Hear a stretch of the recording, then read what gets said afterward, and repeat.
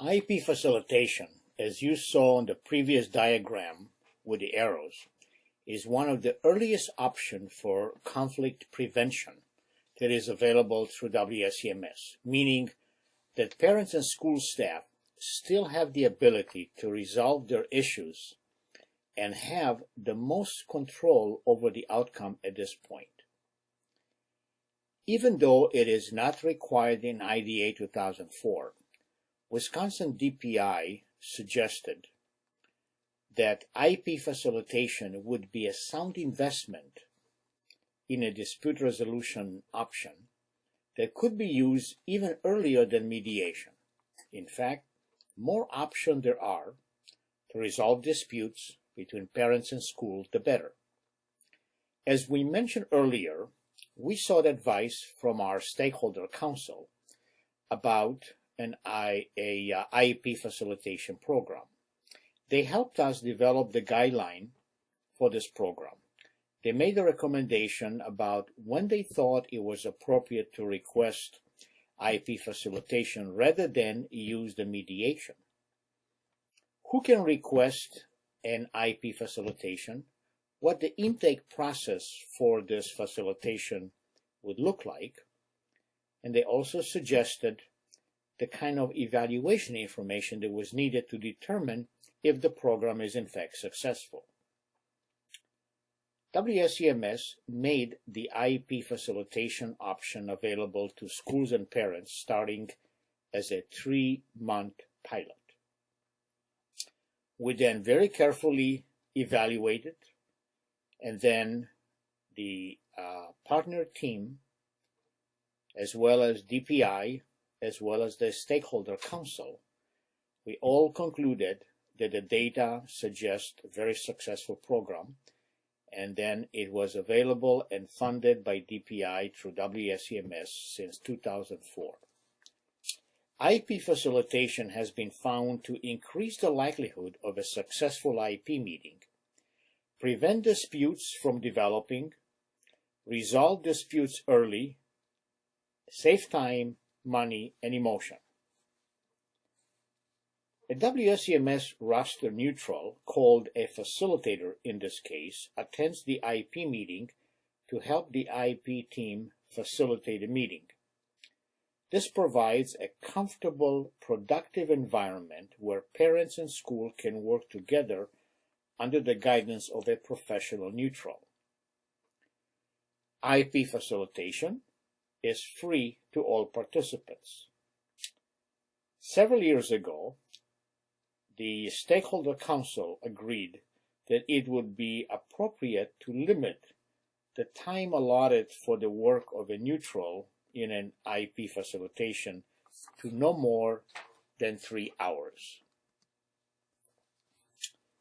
IEP facilitation is a good dispute resolution system that is best used early in the IEP process. It is best used when parents or the school district think that an IEP meeting is going to be difficult to manage. In other words, when there appear to be lack of trust or problem with communication, or when a previous IEP meeting has been very difficult in the past. And again, difficult because of trust issues or communication issues between the parties. Our stakeholders council determined that IEP facilitation should be used for any IEP meeting, whether it is an initial, IEP re-eval, annual, or an IEP review revision. When the parents or school think that a facilitator might be useful to help with an IEP meeting, they can contact Jane Burns at a WSEMS office, and you have the number on the slide, and obtain more information about this particular process, this particular dispute resolution option.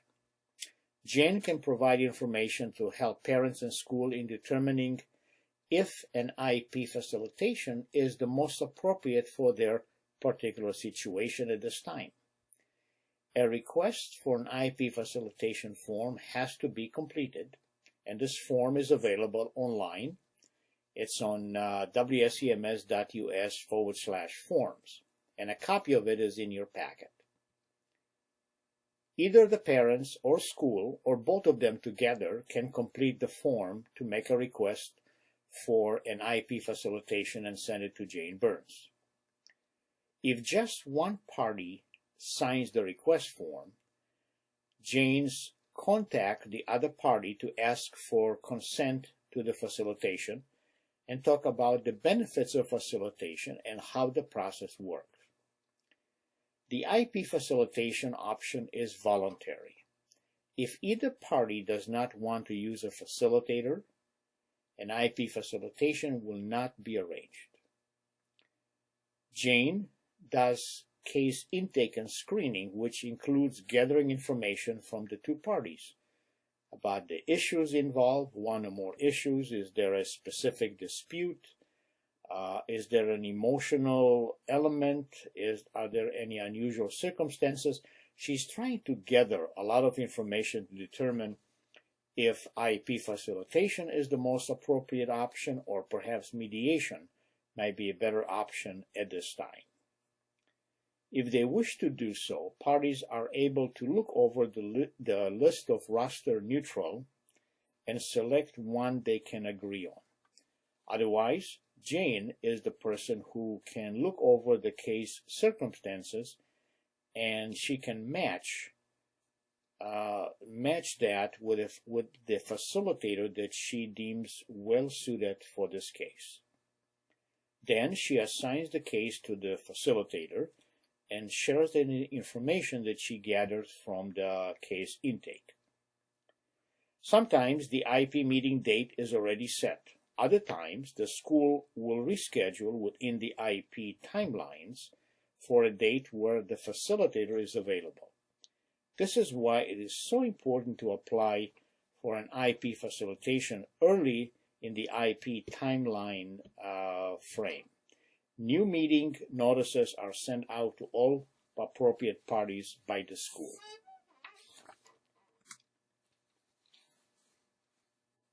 Because IEP facilitations are not required in either IDEA or state law, there are no legal provision about who may or may not participate in an IEP facilitation other than those who already were defined in IDEA and Chapter 115 as part of the IEP composition. Participants of an IEP facilitation are the same IEP team members that would normally be required to be and to attend the IEP meeting, as well as the facilitator. The facilitator, however, is not a member of the IEP team.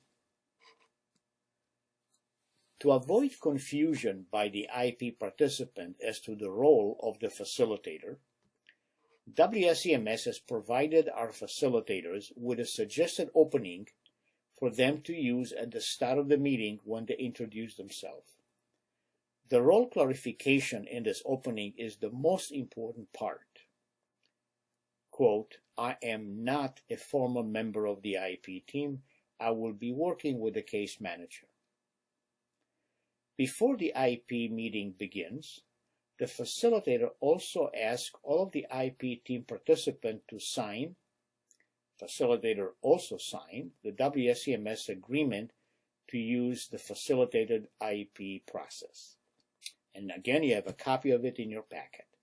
The agreement outlines that everyone agrees to use the process. Everyone agrees on the facilitators. Everyone understands the role of the facilitator, including that they cannot provide legal advice or advocacy for the participants. It also includes that the parties understand that they can go on to use mediation instead if they want to.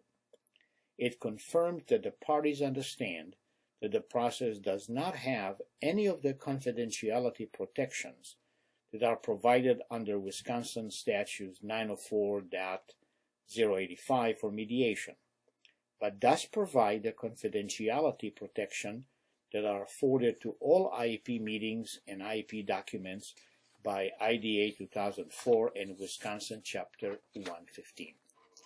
As you can see from the slide, the role of the facilitator is to assist the IEP process, not the content, just to make sure that the IEP team stay focused on developing the document. So how does the facilitator do that?